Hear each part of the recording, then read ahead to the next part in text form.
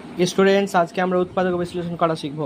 তো এখানে লেখা আছে x square plus 5x plus 6। তো আমরা এটাকে উৎপাদক বিশ্লেষণ করব।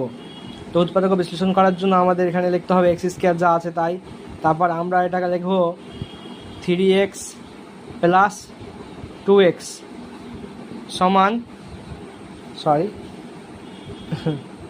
প্লাস হবে এখানে 6 প্লাস হবে 6 যা আছে তাই প্লাস 6। তো এখানে সমান হবে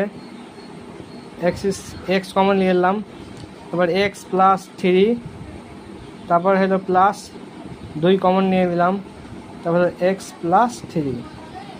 তাহলে হবে আমাদের কত, x plus 3 into x plus 2। এটা হলো অ্যান্সার। ঠিক আছে, তো এভাবে উৎপাদক বিশ্লেষণ করা যাবে। এবং আমরা যদি এই জায়গায় দেখতে চাই যে ঠিক আছে কিনা, তো আমরা এখানে গুণ করে দিতে পারি যে এক্স গুণ করলে x square plus 2x plus 3x plus 3কে 2টা গুণ করলে হবে 3 গুণে 6। তাহলে এটা হলো উৎপাদক বিশ্লেষণ। Thanks for watching this video. Do like and subscribe this channel for more educational videos.